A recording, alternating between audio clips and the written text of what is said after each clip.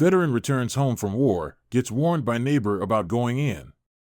A veteran returned home after spending months on a foreign land. He was about to enter his house, eager to see his wife, when his neighbor warned him not to. "You better stay out," the elderly neighbor said. "The smell of your favorite perfume is still fresh in my mind. I clearly remember how beautiful you looked in that red dress when I saw you 228 days ago. I met you before leaving for the war, but I didn't know I wouldn't see you anytime soon. I hope we meet soon," Anthony wrote in his little notebook, squinting his eyes because the prison cell wasn't the perfect place to read and write. It was cold, and the sun had almost set when Anthony penned his feelings. His stomach growled, and he couldn't remember when he had food. The last time he saw his house in the U.S. was 228 days ago when he left for the war. Anthony had always dreamt of joining the forces since he was a kid, but he had no idea that fate would bring him to a point where he was questioning his choice of dreams. He didn't know which country he was in or what day it was. All he knew was he had to stay alive to meet his wife again. Soon after kissing his wife goodbye, Anthony had joined his fellow soldiers and traveled to another country for the war. They were confident about their victory, but the enemy's last-minute strategy made them lose, and they were taken as prisoners of war. Anthony saw daylight for the first time in months a few weeks later when a soldier from the enemy's side asked him to come out. As he exited his cramped prison cell, he squinted his eyes while trying to recognize where he was. "Hurry up," an angry man shouted, telling him to walk towards a bus in the parking lot. Anthony saw his fellow soldiers walking like zombies toward the bus as he exited the prison building. Their overgrown, tangled facial hair covered their faces while they shielded their eyes against the sunlight with their hands. None of them knew where the enemies would take them on the bus, and they didn't have enough energy to ask questions. "Are they moving us to another prison? Are we going back home?" Anthony thought while he limped, desperately trying to walk fast towards the bus. He felt drowsy, but his eyes still searched for his wife because she was stuck in his subconscious. Despite taking medicines for the gunshot wound on his calf, Anthony could still feel the unbearable pain. He got injured during the war like his fellow soldiers before the enemies captured them. Once everyone got on the bus, the head of the enemy's army, a muscular, tall man, commanded the driver to turn towards the main road. Meanwhile, the prisoners of war kept looking outside the windows at the alien terrain, trying to guess if they were still in the same city where they had landed months ago for the war. "Come on," the man in command yelled again. "Get out, y'all." They had traveled for an hour before the bus stopped in the middle of a stranded barren playground. One by one, Anthony and his fellow soldiers got off the bus and waited for further instructions. They looked at the muscular man with eyes wide open, thinking if he would call someone to kill them or just let them go. Then, the man asked them to follow him into a building, where they saw the head of their country's military standing beside a group of enemy soldiers. At that moment, Anthony and his mates realized they would return to their country. They would finally land on U.S. soil. After exchanging prisoners of war, Anthony was taken to the U.S. airbase with his fellow soldiers. They rejoiced at their freedom. Some cried tears of joy, while others smiled wide with unfettered pride and patriotism. Since there were limited helicopters to carry the soldiers back, the head of the military prioritized the soldiers with significant injuries. As a result, Anthony was one of the first to land in his home country after spending months in captivity. Upon reaching the U.S., Anthony heaved a sigh of relief despite experiencing the worst kind of pain in his leg. The authorities immediately took him to the military hospital, where the doctors took him into the emergency room for an operation. At that point, none of Anthony's friends and family knew he had returned. Anthony opened his eyes in the surgery room a few hours after the operation, still under anesthesia.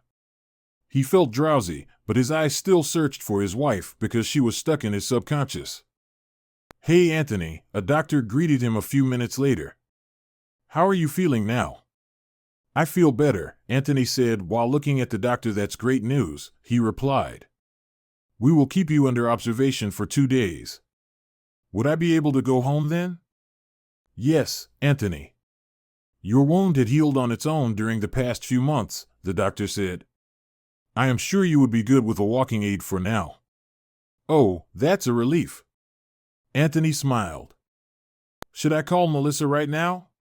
Or should I surprise her tomorrow? He wondered. I think I'll go home and tell her I'm back. Anthony thought he would surprise his wife once the doctors allowed him to go home, unaware of what awaited him. He had no idea his wife and sister had gotten used to his absence. 2 days later, the doctors allowed Anthony to go home. Best of luck, Anthony, a nurse said. You're a brave man. Thanks. Anthony smiled as he hurried out of the hospital building with his walking aid. He couldn't wait to see Melissa and tell her how much he had missed her. He wanted to give his notebook to her and make her read what he had written in captivity. On his way home, he stopped at the flower shop and bought a bouquet of fresh roses.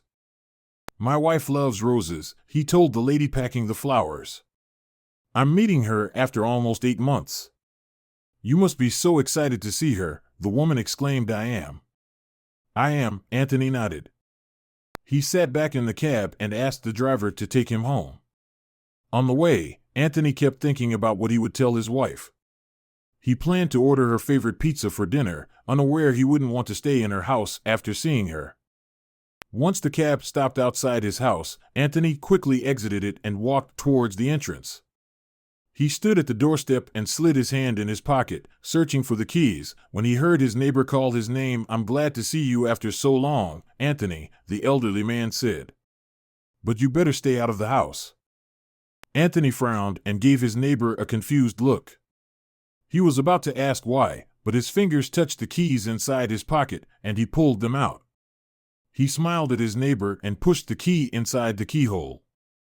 He could only think of his wife's beautiful face at that moment, twisting the key to enter his house. However, his excitement immediately turned into shock when he saw his wife sitting on the sofa leaning on an unknown man. The flowers from Anthony's hands fell on the floor as he looked at his wife's eyes, opening wide while her eyebrows arched in horror. Melissa's face turned pale while the man beside her couldn't process Anthony's sudden return. She tried to speak but couldn't move her tongue to explain her position. Anthony covered his mouth with his hand and shook his head in disbelief. He took a few steps back, turned around, and rushed outside the house he thought was his haven. Why did she do this to me? He wondered while sitting in a cab, going to his sister Angelina's house. She couldn't wait for me? A few minutes later, he reached Angelina's house and knocked on her door. Oh my God, she shook her head and covered her face. Anthony? You're alive? Anthony saw her face turn pale, reminding him of Melissa's reaction. She couldn't speak at first, but somehow gathered herself and asked him where he was.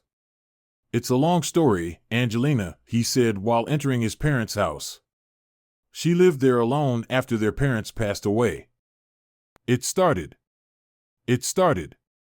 Come to the hospital quickly. Angelina panicked on the phone. After freshening up, Anthony told his sister about everything that had happened during the past 8 months. She was shocked to learn about his living conditions and told him everyone there believed he had died. We were told that you passed away in the war, she said while sobbing. They gave us a patch of your uniform and said they couldn't find your body anywhere. So we had to believe that you had left us. She told him they mourned his death for a long time before adapting to his absence. Initially, it was tough for us to live without you, Anthony, she said.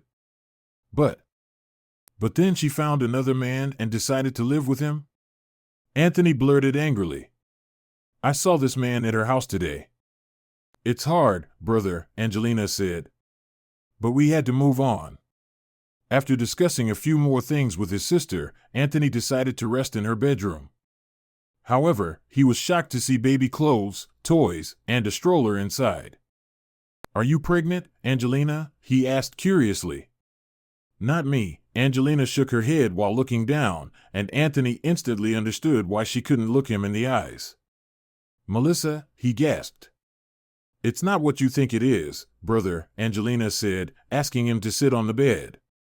Then, she told him that Melissa learned about her pregnancy a month after he left, but she felt heartbroken when she learned about his demise. At that point, we decided she needed a man so the baby didn't have to live without a father. We were sure you would have wished the same, she said. Angelina thought her brother would have understood her point of view, but Anthony was furious. How can I be sure that's my child? I was not with her for 8 months, and I saw a man sitting beside her when I returned, he yelled. It's not what you're thinking, brother, Angelina tried to calm Anthony. How would I know if that's my child or his? Anthony asked angrily. I need answers. Angelina left her brother alone in the room, thinking he would understand the situation once he calmed down. She heard her phone ring in her room and went to answer it.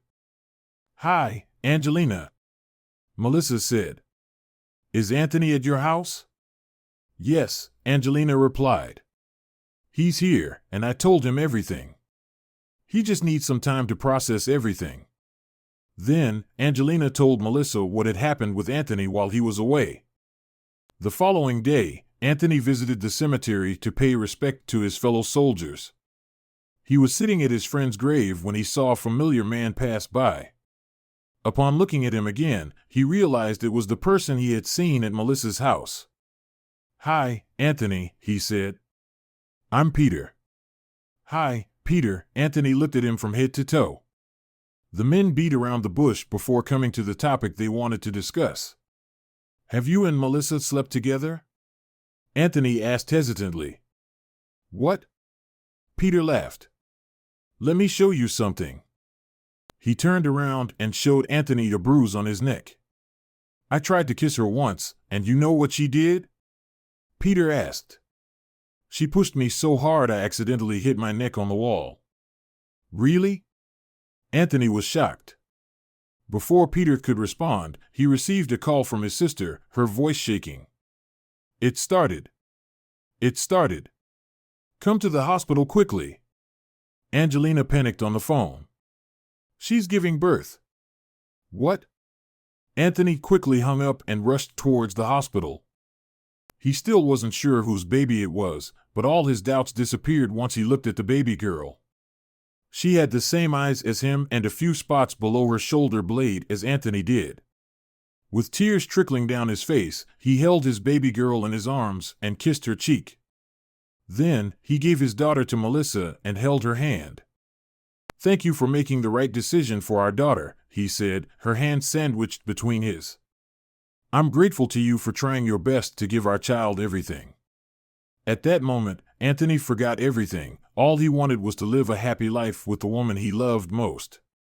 He moved in with her soon after she broke up with Peter, and they felt delighted to be reunited after months.